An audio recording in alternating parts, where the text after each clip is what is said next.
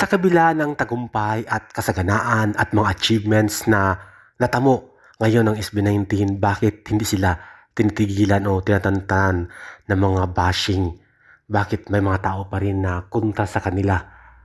Bakit sila tinutulugsa ng mga bashers o basher na kung saan wala silang ginagawang masama, sila ay nagsumikap para matupad ang pangarap, wala silang inaapakang tao, nasa tagumpay na sila. Sila ang king of P-pop o wala silang ginagawang masama, hindi sila nasangkot sa mga issue na nakaapekto sa mga Pilipino at 18. Ito nga, may isang tao o babae na si Joe Enjoyer na talagang kontra siya.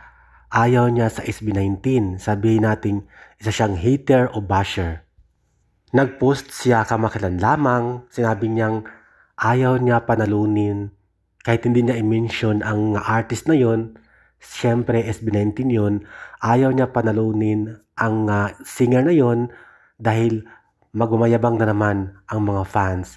Bakit ganun ang senaryo o ang vision o ang pananaw niya sa buhay?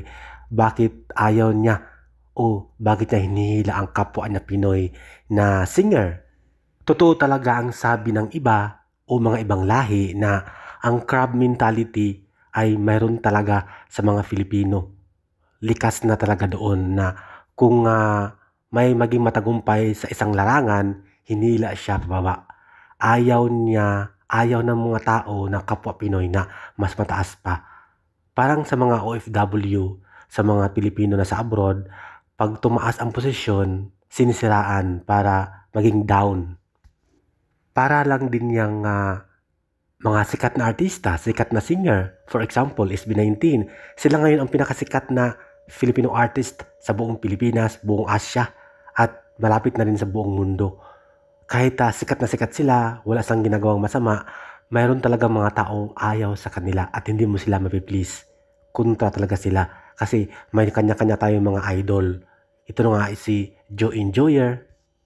Kung ayaw mo sa SB19, tahimik na lang. Kung may iba kang idol na singer, tahimik na lang. Lahat naman tayo may kanya-kanyang choices kung sino ang susuportahan, sino ang iidoluhin.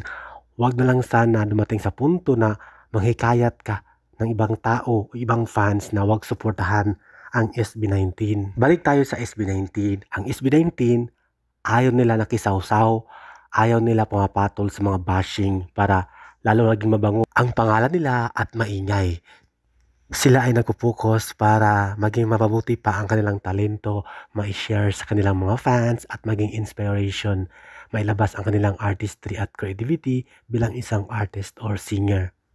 Pero sabi nga nila, ang bashing or hatred ay part yan ng tagumpay ng isang artista o singer, kaya bayaan na lang.